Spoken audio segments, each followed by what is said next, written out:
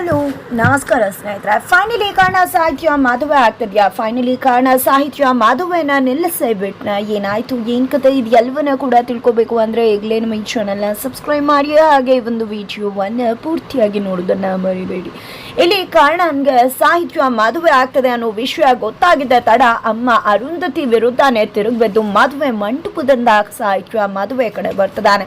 ಈ ಒಂದು ವಿಷಯನ ಅಪ್ಡೇಟ್ ಮಾಡೋದಕ್ಕೆ ಗಜಗಾಮನಿಗೆ ಕಾಲ್ ಮಾಡ್ತಾರೆ ಬ್ಲ್ಯಾಕ್ ರೋಸ್.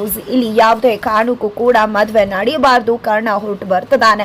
ಅಲ್ಲಿ ಆದಷ್ಟು ಬೇಗ ಮದುವೆನ ಮುಗಿಸುವಂತ. ಇಷ್ಟು ದಿನ ಅನ್ಕೊಂಡ್ವಿ ಏನಪ್ಪಾ ಇದು ಸಾಹಿತ್ಯ ಮದುವೆ ಇಲ್ಲಿ ಕರ್ಣನ ಜೊತೆ ಮಾಡಬೇಕು ಅಂತ ಸಿಂಚು ಅಪ್ಪನೇ ರೀತಿ ಮಾಡ್ತಿರ್ಬೋದು ಅಂತ. ಆದ್ರೆ ಇವತ್ತು ಸಾಹಿತ್ಯ ಮದುವೆ ತಡೆಯೋದಕ್ಕೆ, ಮದುವೆ ಕೃಷಿ ಜೊತೆ ಮಾಡಿಸೋದಕ್ಕೆ ಬ್ಲ್ಯಾಕ್ ರೋಸ್ ಮುಂದಾಗ್ತಾ ಇದ್ರೆ ಯಾಕೋ ಇದು ಸಮಥಿಂಗ್ ಮಿಸ್ ಅಂತ ಅನ್ನಿಸ್ತಾ ಇದೆ. ಜೊತೆಗೆ ಇಲ್ಲಿ ಕರ್ಣನ ಮುಗಿಸೋದಕ್ಕೂ ಕೂಡ ಮುಂದಾಗ್ತಿದ್ದಾರೆ ಬ್ಲ್ಯಾಕ್ ರೋಸ್. ಅದೇ ಕಾರಣಕ್ಕೆ ಒಂದಷ್ಟು ರೌಡಿಗಳನ್ನ ಬಿಟ್ಟಿದ್ದಾರೆ, ಗಜಗಾಮನಿಗೆ ಲೀಡ್ ಮಾಡೋಕೆ ಹೇಳಿದ್ದಾರೆ. ಫೈನಲಿ ಗಜಗಾಮನಿ ಲೀಡ್ ಮಾಡ್ತಿದ್ದಾರೆ. ರೌಡಿಗಳು ಕೂಡ ಕರ್ಣನ ಮೇಲೆ ಅಬ್ಬರಿಸಿ ಬೊಬ್ಬೆರುತ್ತಾ ಇದ್ರೆ ಒಬ್ಬೊಬ್ರು ಕೂಡ ಸರಿಯಾಗಿ ಮಾಂಜ ಕೊಟ್ಟು ಕರ್ಣ ಎಲ್ಲರನ್ನ ದಾಟಿ ಮತ್ತೆ ಸಾಹಿತ್ಯ ಮದುವೆ ಕಡೆ ಹೊರಟು ನಿಂತಿದ್ರೆ, ಇತ್ತ ಕಡೆ ಬಾಬಾ ಬಂದಿದ್ದೆ ಅನುರಾಧ ಅವ್ರಿಗೆ ಹೋಗು ನಿನ್ನ ಮಗನ ಮದುವೆ ಆಗುತ್ತೆ, ಸಾಹಿತ್ಯ ಮದುವೆ ಮನೆ ಕಡೆ ಹೊರಡು ಅಂತ ಹೇಳ್ತಾರೆ.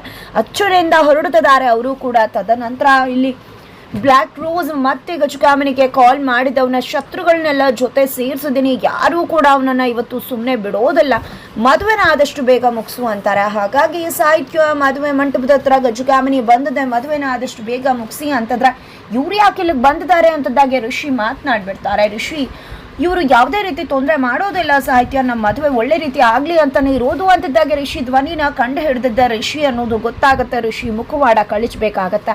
ಫೈನಲಿ ಚಿಕ್ಕಪ್ಪನ ಆಯ್ಕೆ ಋಷಿ ಆಗಿದ್ರು ಪರವಾಗಿಲ್ಲ, ಮದುವೆ ಆಗ್ತೀನಿ ಅಂತ ಹೇಳಿ ಋಷಿನ ಮದುವೆ ಆಗ್ತಿದ್ದಾಳೆ.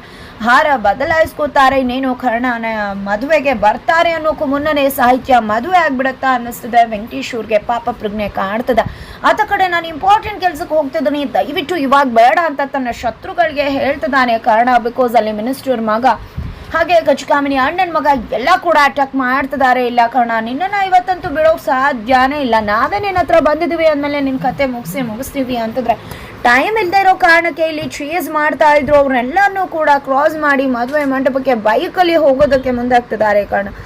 ಬಟ್ ಕರ್ಣನ ಮೇಲೆ ಅಟ್ಯಾಕ್ ಆಗ್ತಾ ಇದೆ. ಬಟ್ ತಪ್ಪಿಸ್ಕೊಂಡು ಕರ್ಣ ಹೋಗ್ತಾ ಇದ್ದಾರೆ. ಹಾಗಿದ್ರೆ ಫೈನಲಿ ಕರ್ಣ ಬರ್ತಾರೆ. ಖಂಡಿತ ಇನ್ನೇನು ಮಾಂಗಲ್ಯ ಧಾರಣೆ ಆಗಬೇಕು ಅನ್ನೋಷ್ಟರಲ್ಲಿ ಕರ್ಣ ಎಂಟ್ರಿ ಕೊಡ್ತಾರೆ. ಕರ್ಣ ಎಂಟ್ರಿ ಕೊಟ್ಟಿದ್ದ ಋಷಿ ಹಾಕೋ ಕರಿಮಣಿನ ಇಲ್ಲಿ ಸಾಹಿತ್ಯಗೆ ಕರ್ಣನೇ ಹಾಕೋ ಚಾನ್ಸಸ್ ತುಂಬಾನೇ ದುಪ್ಪಟ್ಟಾಗಿದೆ. ಫೈನಲಿ ಸಾಹಿತ್ಯ ಮದುವೆ ಅಂತೂ ಆಗತ್ತೆ, ಬಟ್ ಅಲ್ಲಿ ವರ ಬದಲಾಗ್ತಾರೆ, ಅದು ಕರ್ಣ ಆಗಿರ್ತಾರೆ. ಹಾಗಿದ್ರೆ ಕರ್ಣ ಸಾಹಿತ್ಯ ಒಂದಾಗಿದ್ದಾಯ್ತು. ಈ ಮದುವೆನ ಒಪ್ಕೊಳ್ತಾಳೆ ಸಾಹಿತ್ಯ ಅನ್ನೋದೇ ಕ್ವೆಶ್ಚನ್ ಮಾರ್ಕ್ ಆಗುತ್ತೆ. ಹಾಗಿದ್ರೆ ಏನಾಗಬಹುದು ಮುಂದೆ ಅನ್ನೋದನ್ನ ತಿಳ್ಕೊಬೇಕು ಅಂದ್ರೆ ಮುಂದಿನ ವಿಡಿಯೋಗೋಸ್ಕರ ವೈಟ್ ಮಾಡೋದನ್ನ ಮರಿಬೇಡಿ.